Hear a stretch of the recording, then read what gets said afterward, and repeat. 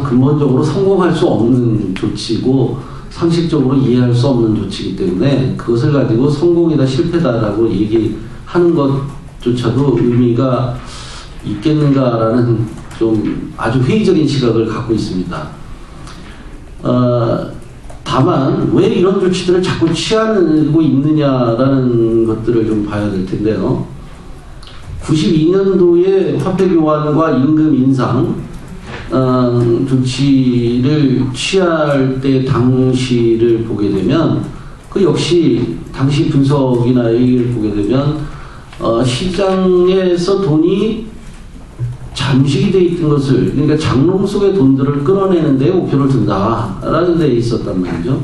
그러면 그때부터 이미 계획경제라는 것은 제대로 돌아가지 않고 있고 시장의 의존도가 상당히 높은 상태였을 뿐만 아니라 주민들은, 일반 주민들은 정부에서, 이 당국에서 나눠주는 배급하는 것들에 대한 기대가 상당히 약화되어 있는 상태였고, 또 그때 돈을 바꿔줄 때 임금도 올려주고, 물론 그때는 한 40% 정도 임금을 올려준 것 같은데요.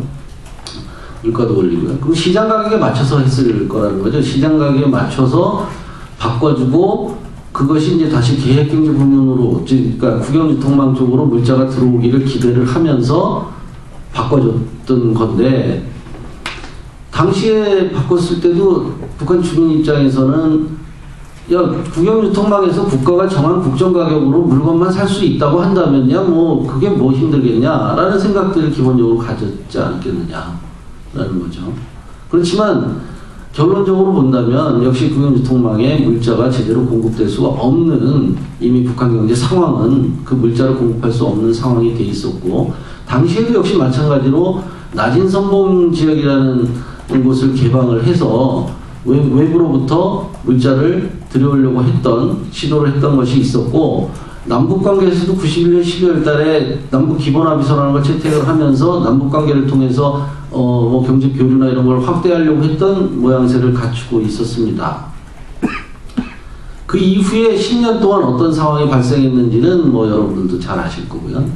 그리고 2002년 7.1 조치를 한번 보게 되면 2002년 7.1 조치를 7.1 조치가 나왔을 당시에 우리 사회는 지금보다도 더 시끄러웠습니다. 북한이 드디어 개혁을 하기 시작을 했다라고 얘기하면서 굉장히 갑론을박이 있고 했는데, 결론적으로 전체적인 틀을 놓고 본다면 92년도 화폐교환 조치나 2002년 7.1 경제관리 개선 조치나 크게 다를 바가 없다는 것입니다. 즉 시장으로 가 있는 경제활동 부분을 공식경제 부문으로 이동을 시키려고 하는 노력의 일환이다. 그런데 한번 거꾸로 놓고 생각해 보면요, 만약에 한국 경제에서 이른바 블랙마켓, 정부의 정책이나 통화정책이나 재정정책이 먹혀 들어가지 않는 그런 시장이 70% 이상 된다 라고 한다면 우리 정부는 어떤 조치를 취할까요? 당연히 강력한 조치를 취해서 이 블랙마켓 쪽을 약화를 시키고 공식경제 부분을 정상화시키려고 하는데 초점이 맞춰져 있을 겁니다. 북한도 역시 마찬가지로 2002년 7.1 조치도 역시 이 암시장이라든가 뭐 통칭해서 암시장이라고 하죠. 이런 블랙마켓을 정상적인 계획경제 틀 안으로 힘을 가지고 오려고 하는 조치 중에 하나가 7.1 조치였다. 그리고 그 당시에도 역시 공급량을 확보하기 위해서 단기적인 공급량이겠죠. 신의주를 개방하겠다고 하고 금강산과 개성 경제특구법을 만들어서 같은 형태의 것을 썼습니다. 그리고 임금도 19배 이상 올렸고, 물가의 경우에도 국정가격을 쌀값은 550배로 특별하게 좀 올린 사례이긴 합니다만, 다른 물가들의 경우에는 한 20-30배 올렸다는 것이죠. 이번 조치는 또 뭔가, 그 7.1 조치 이후에 오히려 또 북한 내에서의 시장은 더욱더 확산되는 모습을 보였고, 그 조치를 북한 당국 입장에서는 더 이상 좌시할 수 없는 상황이 됐고, 그러니까 또 상당히 강력한 조치를 취해서 화폐 교환을 한 것이다. 근데 이번에 이제 반대로 100배의 실질적으로 임금 근로자들 경우에는 100배의 임금 인상 효과를 가져오게 하고 소득 자체는 이제 기존에 갖고 있는 화폐들은 100대 1로 다시 줄이고 하는 이런 모습을 보였습니다. 근데 역시 목표 자체는 보면은 같은 목표였다라는 것이죠. 그러니까 인플레를 잡는다, 이것은 우리 기준이고 북한 내에서는 사실 무슨 인플레가 무슨 의미가 있겠습니까?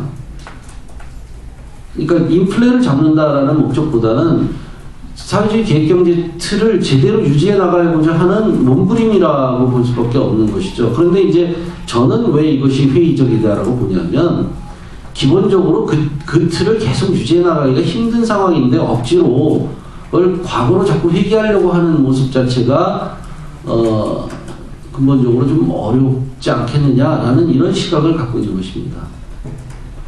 이제 추가적으로 외환과 관련된 조치들을 계속 취해 나가겠죠. 이제 환율과 가격 결정이라든가 이런 것들을 하겠고, 또 이제 뭐 국가개발은행이라는 것들도 얘기는 했습니다만 추가적인 개방의 모습, 또 다른 형태의 개방 모습이 또 나오지 않겠느냐, 저는 그렇게 예상을 합니다. 그리고 미국하고 관계도 좀 제대로 해보려고 하고 한국하고 관계도 좀 제대로 해보려고 하는 사고의 틀로 또 나올 것이다. 이렇게 본다면 92년도나 2002년도나 2009년도나 역시 사고의 틀은 변하지 않았다는 것입니다. 그대로 움직이고 있다는 거죠, 전체적인 틀이. 그래서 내부에 물자 공급 능력이 있어야 된다는 것들도 알고 있고, 이게 잘 안 되면 물가가 또 막 질 것이다라는 것도 알고 있고, 또 지금 현재 나타나고 있는 이런 현상들도 사실상 예측을 하지 못했던 것들은 아니다라는 거죠. 저는 예측보다 물가가 좀 더 올랐다고 봅니다. 왜냐하면 임금 근로자들 경우에는 100배 임금이 올랐죠. 구매력이 100배까지 좋아진 겁니다. 근데 가격은 100분의 1로 내려갔으니까 이 구매력이 100배 올랐죠. 그러면 상인들의 입장에서는 어떻겠습니까? 상인들은 한 5배에서 10배 정도 물가가 올랐다고 했을 때 기분이 좋죠. 기분이 좋은 겁니다. 그리고 조금만 더 기다리면 오를 수도 있겠다라는 기대 심리가 작용을 하겠죠. 물자를 내놓지 않겠죠. 이게 단기적으로 나타난 현상이니까 급속도로 시장에 물건이 없겠고 가격이 결정이 안 되고, 특히 국정 가격이 결정이 돼줘야지 거기에 맞춰서 시장에서 가격 기준이 생겨가지고 거기에 맞춰서 거래가 일어나고 할 텐데 국정 가격이 제대로 이루어지지 않으니까 시장도 물건이 안 나오니 문을 닫을 수밖에 없는 것이고요. 이것이 이제 마치 북한 당국이 강제적으로 시장의 문을 닫은 것 같이 여겨질 수도 있다라는 것입니다. 강제적으로 닫았을까요, 과연? 저는 강제적으로 닫은 것이 아니라 닫을 수밖에 없는 상황이었다라는 거죠. 그 최근에 다시 열었다라는 것은 이제는 열 수 있게끔 어느 정도의 조정이 좀 이루어지고 있다라는 것이고, 상인들이 물자를 풀어놓기 시작을 했다는 겁니다. 이제 북한 당국 입장에서는 어떨까요? 단기적으로 물자가 공급이 되게 하기 위해선 당장 국영 유통망에다가 물자를 넣을 수는 없으니까 시장에서 물자가 돌아야 됩니다. 돌고 자기들이 원하는 가격 수준으로 갈 수 있게끔 하는 데에 초점을 맞추겠죠. 그래서 국가 재정 가격을 시장에다 걸어놓고 얼마에다 해라 라고 얘기를 할 것이고요. 그리고 나서 상인들이 갖고 있는 물건을 시장에다 풀어놓게끔 하는 데에 좀 주력을 하지 않겠느냐 라는 겁니다. 일단 재고를 바닥을 내고, 그리고 무역이 정리가 되면 무역계획을 다시 수립을 해서 4월부터 무역 전문기관들이 무역을 하게 되겠고, 그동안에 이 개별 기업소에서 독자적으로 해오던 무역들은 이제 집중화 시켜가지고 무역은행을 통해서만 할 수 있게끔 한다든가 하는 조치들을 취하면서 또 통합해 나가려고 할 것입니다.